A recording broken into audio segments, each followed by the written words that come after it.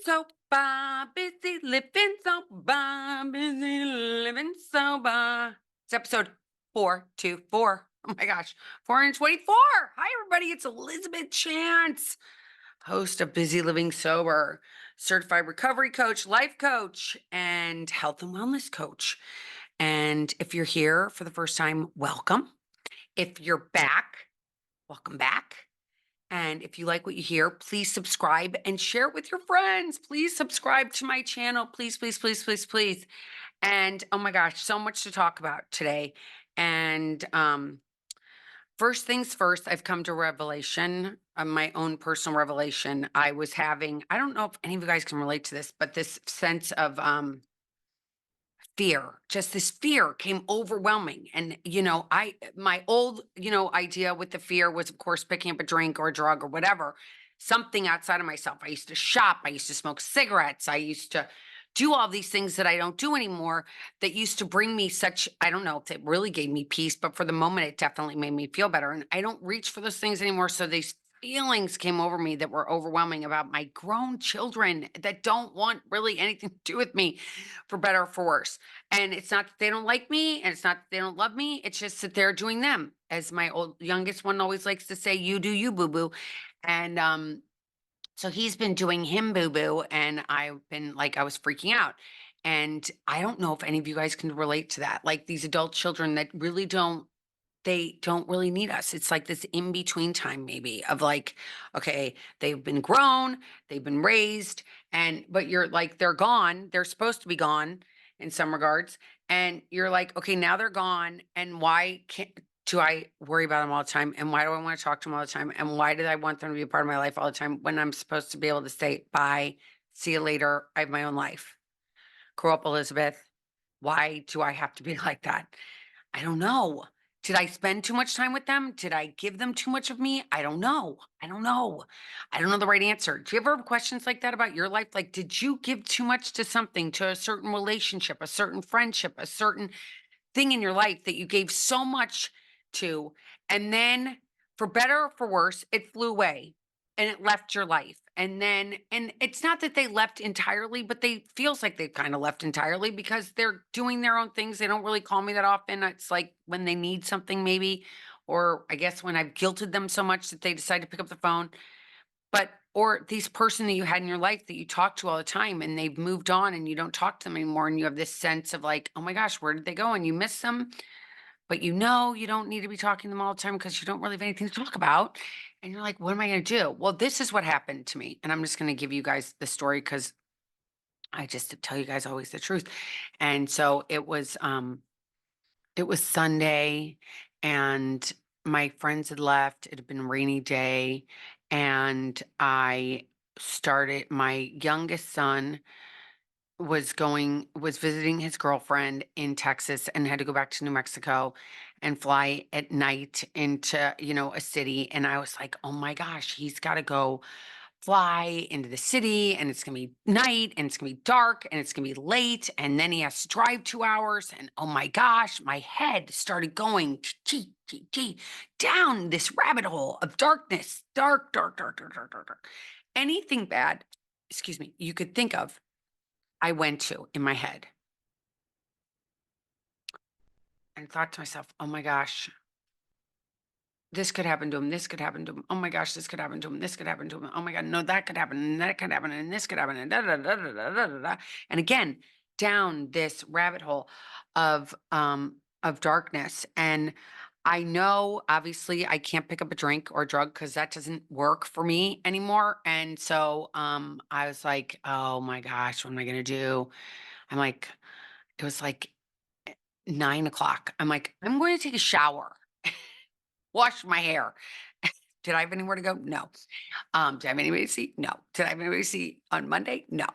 But I still did it. So I got up and I washed my hair and I blew my hair out, and put stuff in it. And okay, I did that. And then I was like, oh my gosh, I still have these feelings.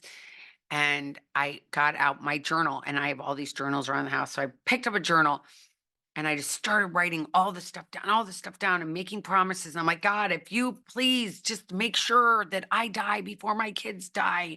I don't want my kids, I can't imagine that pain. Now, why am I putting out there in the universe? I have no idea. But I'm putting this down on paper and I'm making these deals with God, like, please, please. And I remember making those deals when I was drinking, like, please, God, make sure that I don't drink anymore. Please, God. And now that He's taken that away, I have these other fears that have jumped in. And I'm like, please take this away and please take this away. And I said, if you take this away, I'm not gonna, I'm gonna do a couple things. And I made some promises and I intend on keeping those promises. But wow, I went down and I finally was like, I looked at JF, my husband, and I said, you know what? I was gonna stay up all night and wait for him to arrive, which would have been like 2 o'clock in the morning Eastern time. And I was going to wait up and make sure that he got to where he was going and be like totally aware and everything was good. And I wanted to wait and I had these conversations with him while he was driving. And I finally said, you know what? I'm going to bed. I'm going to bed. He's going to call me or he's not going to call me. It ended up, he did call my husband when he got home. And so I could hear the phone ring that he called and he said, I made it home. And it was 2 something in the morning. And I'd slept through it. And I made it through. But oh my gosh, was that exhausting. I mean, just I got into this sense, this enraged, weird, crazy place of like, oh my gosh, what is going on? Have so much fear and so much powerlessness. And we talk about this powerlessness when I got sober in the 12 steps. Like we talk about that's like the number one is step one. It's like I'm powerless over alcohol, but I'm powerless over everything. I'm powerless over what's going to happen to this child and to that child and to that child and this friend and that friend and my husband and da, da, da, and my dogs. And I could just go on a litany of things that make me totally freak out and make me want to go, oh my God. But the real issue is that I'm powerless. I have no idea what is going to happen and if I'm going to be okay. And that's where faith comes in. And we have faith and fear cannot live in the same exact moment. They just can't. You can't just be there going, oh my gosh, the world is falling. Everything's terrible. Everything's terrible. And oh my gosh, everything's amazing. God's going to watch out for me. Everything's going to be okay. Everything's going to be exactly the way it's supposed to. You can't be on either of those sides. Like it's like you're teeter totter, right? You're teeter tottering on both these. It's like, which side are you going to jump on? Are you going to jump on the fear side, which is where I was? For a good maybe 3 hours, I was on that deep, dark fear side. And it literally was taking my breath away. I was like, this is so dark. And I came out and I told my husband, I'm like, da da da da da. This is what I'm looking at. This is my fear. And do you even understand? You're not a mother. You don't get it because mothers are different than fathers. And you don't get how dark I go to in this dark place. And this is what I went to. And he's like looking at me like I have 10 heads and going, okay, okay, go take a shower. I got this. You go to bed. I'm going to stay up and I'll wait for him. Don't worry about it. I'm like, how nice is that, by the way, of my husband? We got to focus on that for 1 second. Thank you to him because he did say, I've got this. And the crazy part of the story is here I am. And I record this on Tuesday, so you guys can get it at 6 a.m. on Wednesday. But I'm sitting here at 3 o'clock in the afternoon on a Tuesday, March 5th, and I still haven't heard from that child to say, he didn't call me all day yesterday, and he hasn't called me today. And I'm not trying to guilt him because I'm not going to do that. And I know he doesn't listen to my podcast, so it's okay. But he's not going to call, and that's okay. It's okay. I've gotten used to it. When the first one stopped talking to me, it was like an appendage had been taken. I mean, I literally like I've lost my heart. And now the more that they don't call me and they're in their 20s, the more I have to go, okay, it's time for me to do Elizabeth. Wow. It's time for me to do Elizabeth. And I've never had a corporate America job. I've never had a job where I went and I mean, very brief times that I work for people. I've always been an entrepreneur. So like the idea of going and getting like, I'm going to go get a corporate America job. Who's hiring me at 55? I don't know, but, not to mention, I don't think I would like that. I don't think I would like having to have a boss. So that's not happening. I'm not going to go out and get a job. So I'm going to keep doing this and I'm going to focus more on spirituality and I'm going to focus more on God. And the crazy thing is I have been doing this Halo app. I don't know if any of you guys have heard about it or if you're doing it or you've tried it or you know friends that are trying it, relatives that are trying it. Mm, I got so excited. I have to have some water. Excuse me, I have one more sip. Mm, that was really intense. That story? If you're listening, you're probably like, oh my gosh, I feel it too. It was pretty intense. But knowing that this Halo app, this Halo app I'd been seeing it and it would pop up on, if I were looking, I look on Instagram once a day, Facebook about once a day, and it would come up in my feeds. And then sometimes I'd get an email about it or something, or I'd see it on whatever I'm watching. I'd see an ad for this Halo, and I'm like, this looks kind of cool. Now, I don't know if you guys know this, but if you're new listening, welcome, and you're going to hear this and subscribe to my channel. But I was raised, so my mom was Irish Catholic, God rest her soul. She was Irish Catholic. My father is Jewish. So we were kind of like my mom, my dad didn't care about raising us Jewish. My mom definitely cared about raising us Catholic. So we were raised Catholic. So I went to Catholic church. I went to Catholic school when I was younger. And then in fourth grade, I went to public school. And anyway, I left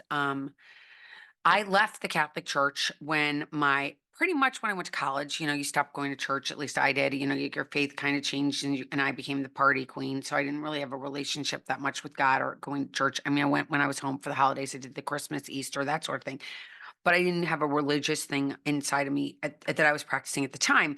And when I got married, it was important that my mom was like, "Oh, you have to get married in Catholic church." Well, I was marrying an Episcopalian, and he's not Catholic. And in the Catholic church, if you're not marrying a Catholic, they can't give him or his family um, communion. And I thought that's not cool. I don't want to go into a marriage so where we're already like doing two different things.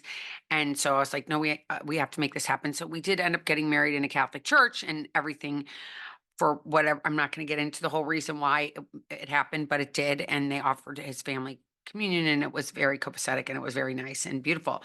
And then fast forward, I had my oldest son, and I was like, that we have to do something obviously religious wise, because I always knew that it was an important part of my life growing up. It was like it was just like kids, family, church. It's like, was there, school, joining a swim club, like those sort of things. But church was definitely on the criteria of like one of the things I had to do was to join a church.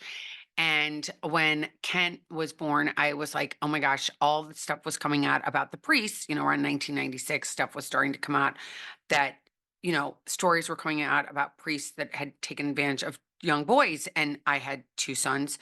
I have two sons. And I was like, I don't want to do that. So I ended up joining the Episcopal Church. So I've gone to Episcopal Church now since like 1996. So here we are at 2024 for a long time. But I've always had a relationship with God, and I love the Episcopal Church because it's so much like Catholicism. I feel like I'm in a Catholic church half the time because it's all the same prayers, everything else. They even have Mary in some of the Episcopal churches, even though sometimes they say that they look at Mary differently. But there's the Episcopal church here in Delray has, there's Mother Mary on the side. And so anyway, long story short, I raised my kids Episcopalian, but I've been really, ever since getting sober, it's like the spirituality has taken off into a totally different realm than it did when I was drinking. And God is everything or God is nothing. And I love the Albert Einstein quote, either everything is a miracle or nothing is a miracle. So, I feel like everything's a miracle in the world. And the fact that that craving went away for me to stop drinking was like a total miracle. I don't know how it happened besides God. That's all I can say it was. It was God, because I got on my knees. I said, God, please help me. It was like that. It's like a snap. And for the grace of God, I have not wanted to drink in 17 and a half years. It'll be 18 years in August that I haven't had a drink. And it was like literally like that. So that was not human. That was like something beyond me that actually made that happen. And that is God for me. Anyway, fast forward. Somebody, when I first got sober, gave me a book called God's Little Winks. Now, if you're watching me on YouTube, I'm winking. Um, if you're not, imagine me winking. And they were like, God's little wings. And I'm like, what's God's little wings? And it's, instead of looking at something as a coincidence, it's like it was intentional. It was intentional. Like God intentionally made you see this. This happened. Like, but why did this happen on this day? And these sort of things came together. And it has given me this faith that I never ever had. I was always scared of Jesus from church when I was a little girl and seeing the cross, and it's Easter right now, time and a time of reflection. And you think about Jesus on the cross with the thorns and the nails in his hands and the blood, and it just was so scary to me as a little girl. And but fast forward to now I'm a 55-year-old woman that's been sober and has this life, and I have been able to see where God is doing his little winks everywhere, like everywhere I look, and having this relationship with God. And so when I was listening to the Halo app, I decided that I wanted to do something that was for Lent, that I was going to give something up, but I was also going to do something that was a little different for the 40 days of Lent. So Ash Wednesday comes and, Fat Tuesday came and Fat Tuesday comes and I'm like, wait, I see this Halo app. Should I do it? And I said, yeah, I'm going to do it. So I paid this, whatever, $69. And I said, I'm going to do this for 40 days. And every morning I get up and it's 7:05. I don't know why it's 7:05, but it is 7:05. I listen to the Halo app every day before I get out of bed. I pray, I say a prayer, and then I do the Halo app, and then I meditate for 20 minutes after that. But during this Halo app, it was last week I listened to Jim Wahlberg, who is Mark Wahlberg's brother.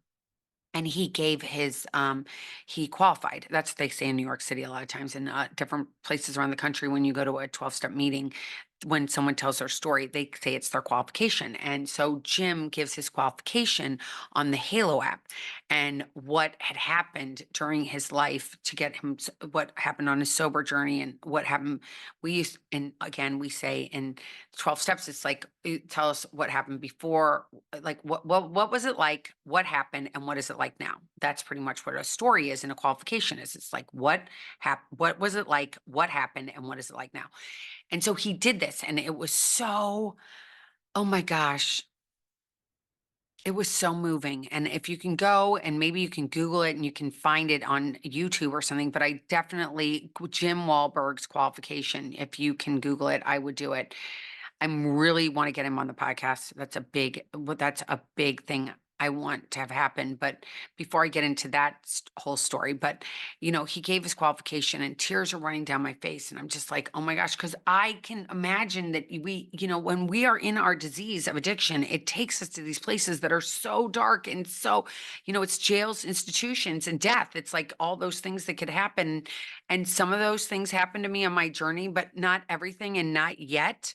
And yet being the operative word, because I'm sober, and God forbid if I picked up a drink or a drug again, it could take me down that path. And I don't want that to happen. So I really try to stay diligent with this stuff and diligent with the God and diligent with the powerlessness, having to like have that tool that a sponsor told me back 17 and a half years ago, which was like having gratitude and writing out how you're feeling, which was like, a step 4 and a step 10, writing these steps out, which are like step 4 is like doing an inventory of your life and what it was like. And a step 10 is like is a daily inventory. And so I had to write that out on Sunday about my son. And it's so crazy because I keep thinking about Jim Wahlberg's story. And so I reached out to a friend who I know knows Jim. And I reached out to her and I said, will you help me? And she said, well, I can't really help you, but I know somebody else that could. And this Anne, who, by the way, I'm having on the show. I'm not giving you any more secrets about that. But she told me about a trip that they're going on to Medjugorje, which is in Bosnia, Croatia area.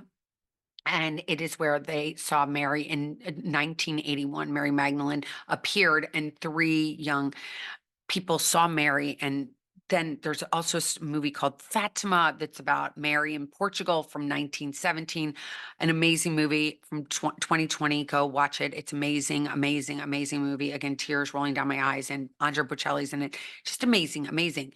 But she asked me to go to Medjugorje and yesterday. And I had been Sunday night, I was so dark and so sad. And Monday, I reach out about this Jim Wahlberg thing. And all of a sudden, she says, do you want to go on this pilgrimage in April to Medjugorje. And I was like, well, okay, tell me a little more about it. And I'd heard about Medjugorje from friends.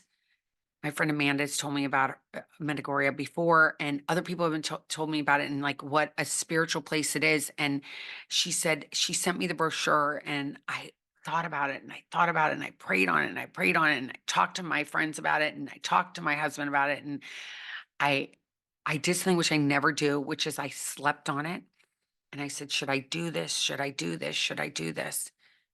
And God said, yes, you should do this. This is not going to happen again, that you may be invited on a pilgrimage to this most spiritual place. And I'm like, okay, sign me up. So I'm going on April 9th. I'm going to bring my computer. So I'm probably not going to have a mic, and I'm not going to have these lights. I'm not bringing, obviously, all this stuff with me to Medjugorje. And then I'm going to go over to Italy because I've never been there.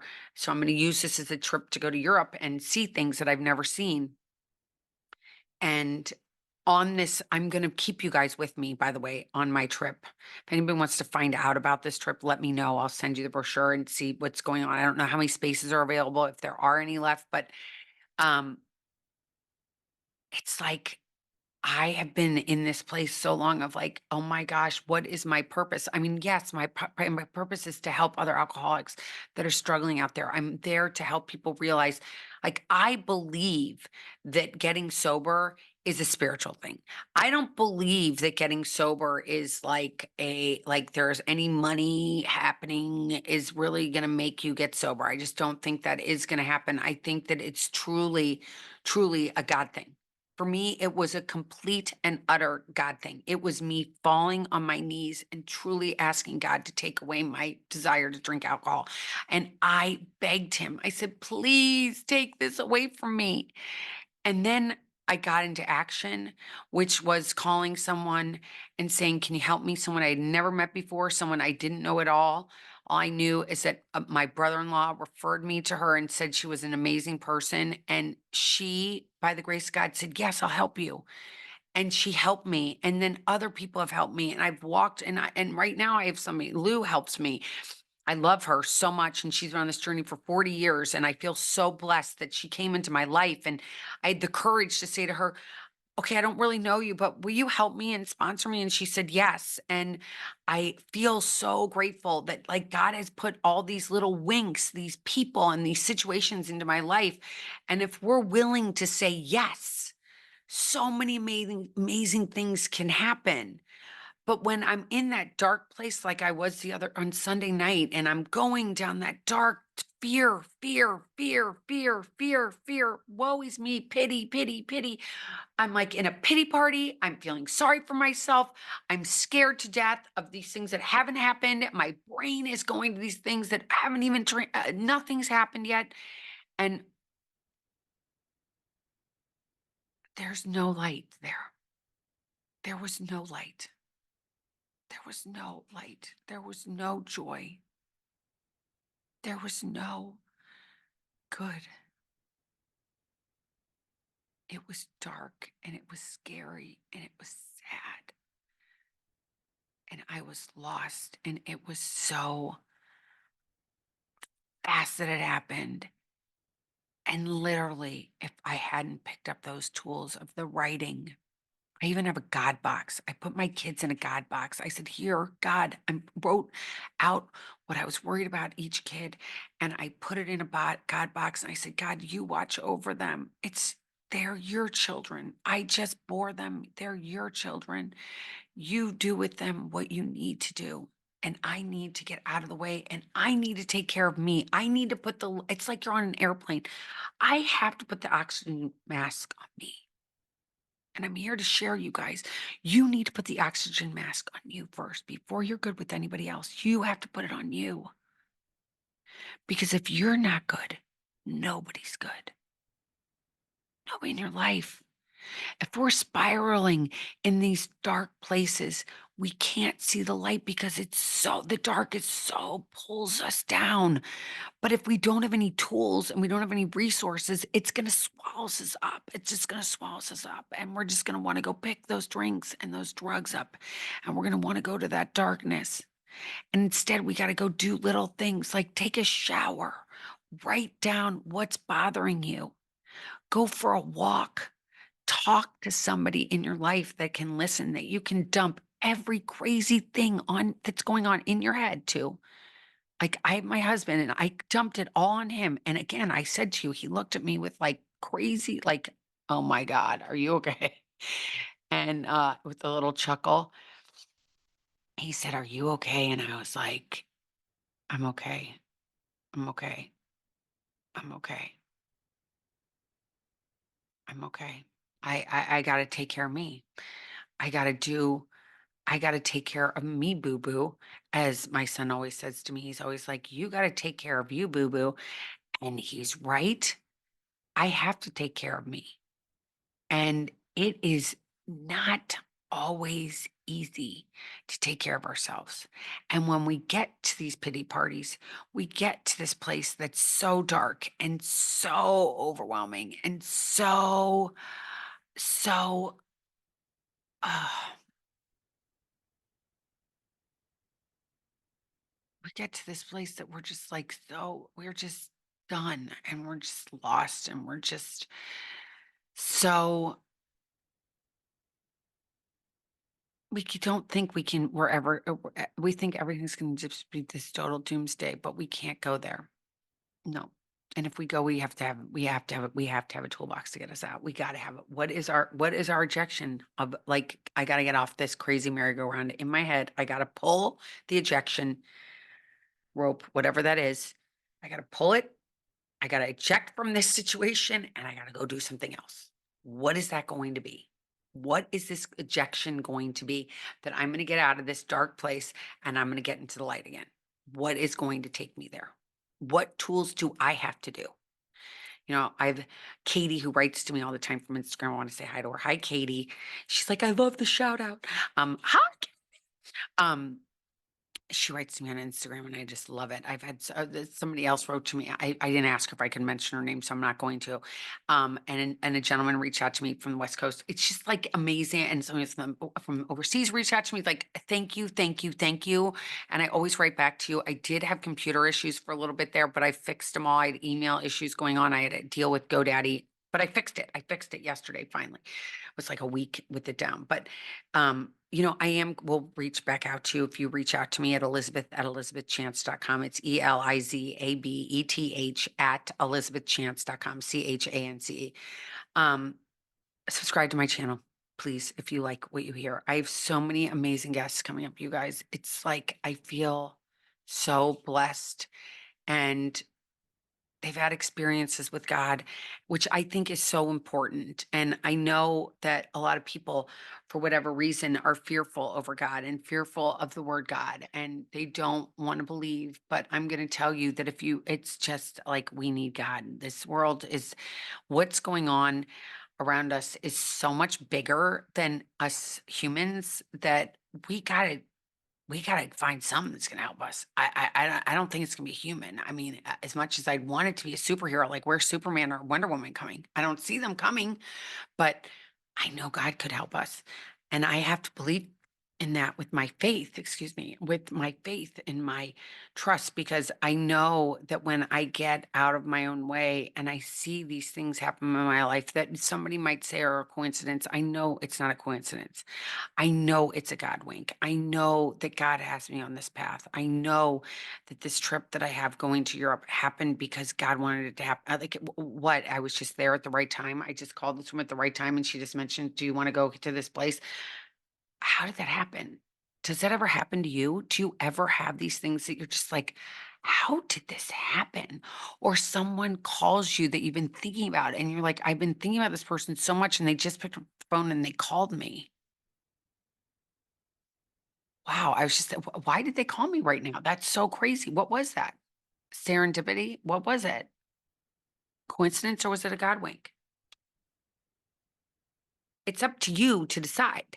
It's like people who say, is there heaven or is there not? I mean, like, I'm going to believe in heaven. I've never been there, but I'm going to hope that it's there because I've lost too many people to think that they didn't go anywhere. So I want to believe that they're at this pretty place. And if that's a little mind that you think that I have, that's okay. But that's what I believe, that they're in heaven. And I think that we have to believe. we have to believe and we have to hold each other up and we have to come together and love one another and not be pulled apart like they want us to be. We need more hugs, more love, more writing to people and saying, "Do you feel like this?" I mean, I've been writing to this woman I don't even know, who I know is on Instagram all the time talking about her estrangement, and hers is with her daughter. And I will reach out to her and talk to her. I mean, we all reach out to people that we don't maybe physically know, but because there's a couple good things with this internet and with the social media, that we can reach out to people that can actually, we're like on the same path, and we all might like be able to help each other so we don't feel so crazy and alone and scared. Isn't that the best part? Like, that's the only great thing I can think of what came out of this internet that's so amazing, is that it's brought us more, we can be together and we can raise each other up instead of pull each other apart. And life is such a journey, and I just feel so blessed today. I'm telling you, 2 days ago I felt like a crazy person. But today, again, I now have something to look forward to in about a month, going on this trip. I have so many guests that I get to meet, which I'm so looking forward to. And life is just, it's about us making it into something that we want it to look like, what we want to do, and what tools are we going to use in our toolbox to get to that place that we want to get to, so we don't have to feel so dark and alone. I hope you enjoyed today's podcast. Again, if you like it, share it with a friend, share it with a neighbor, share it with a relative, and subscribe to my channel. And all the links are here associated in the description. You can just click and you can get my newsletter, which is going to come right into your inbox if you wanted to on Friday. But that's up to you. You got to go sign up if you want it. That's your little action if you want it to be. And until next time, everybody. Thanks for listening. Have a happy, as my friend likes to say, and keep getting busy. Living sopa. Take care, everybody.